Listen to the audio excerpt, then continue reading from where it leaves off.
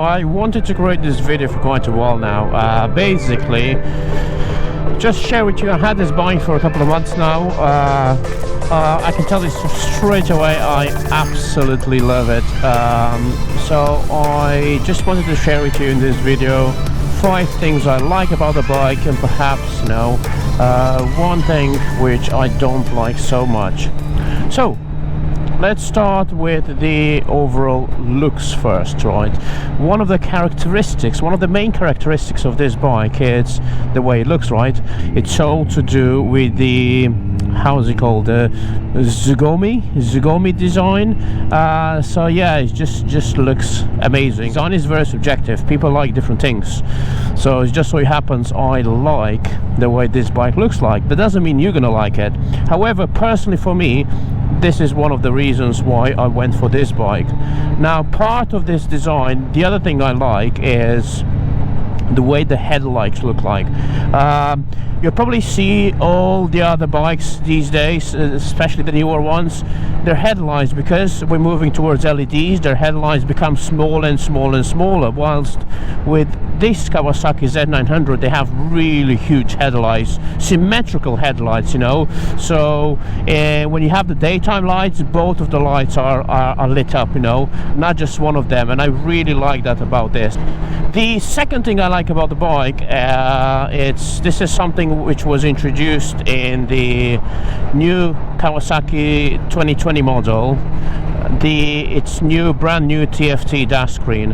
It's absolutely amazing. Now, I can admit I'm a sucker for technology, so I like everything that, you know, all the shiny gadgets and stuff like that. I don't know exactly how big it is, but I guess I can tell you straight away it just looks pretty. And in fact, you have 2 different modes. You have this one with the white background, and if you hold this button here for a few seconds, you'll see it becomes dark. Okay, so I'm gonna go back to the other one. There we go. Yeah, so this is really cool. Something you would kind of expect with the newer bikes. A lot of these newer bikes, they have TFT dash screens. The third thing, again, more or less related with this new TFT dash screen, and also related to the new Z900 2020 model, it's the riding modes. Previously, the 2017 version, it was pretty much bare bone. All you had is just ABS and true raw power. Now, once again, I'm a sucker for technology.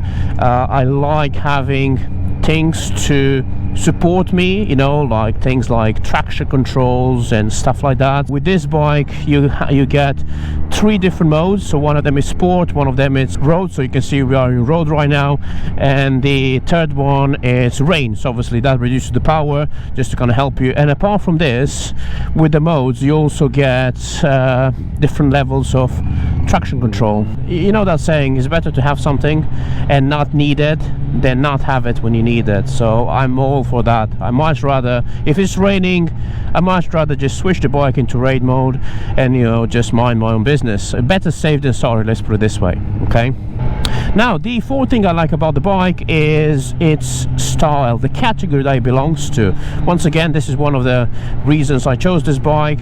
I had a sport bike before, however this time I wanted to go for something which provides a bit more comfort, basically a naked bike, a street bike, because the position, the riding position, it's more upright.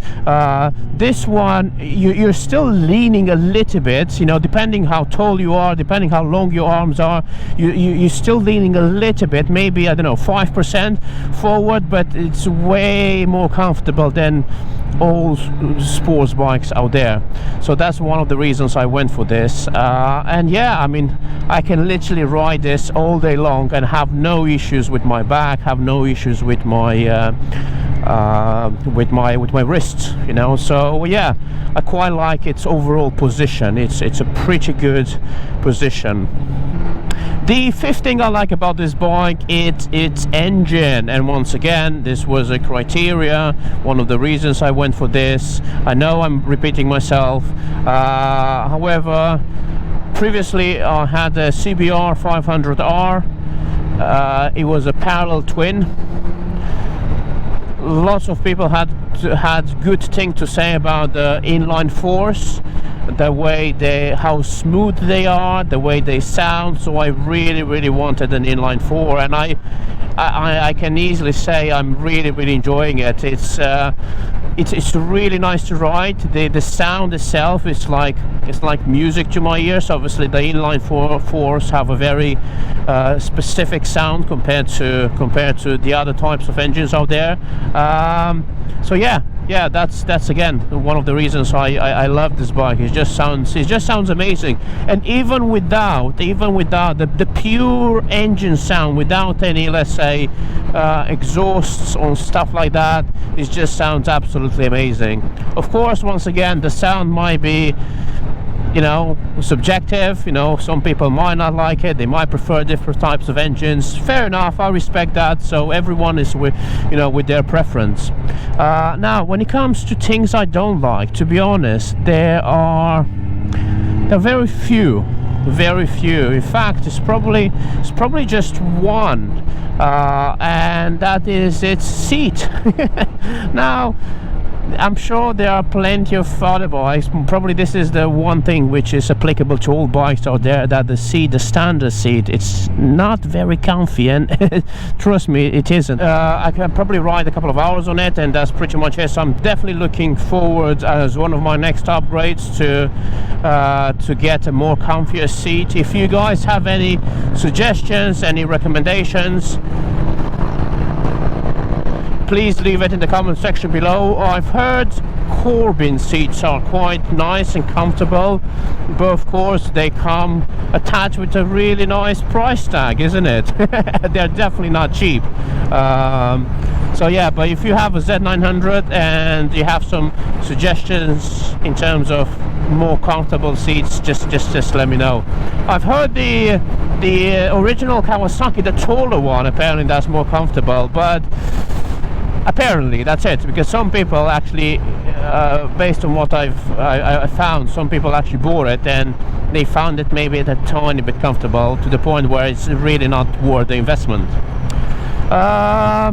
What else? So apart from the seat, really there's nothing else. There's really nothing else. Yeah, I mean, I really love the bike.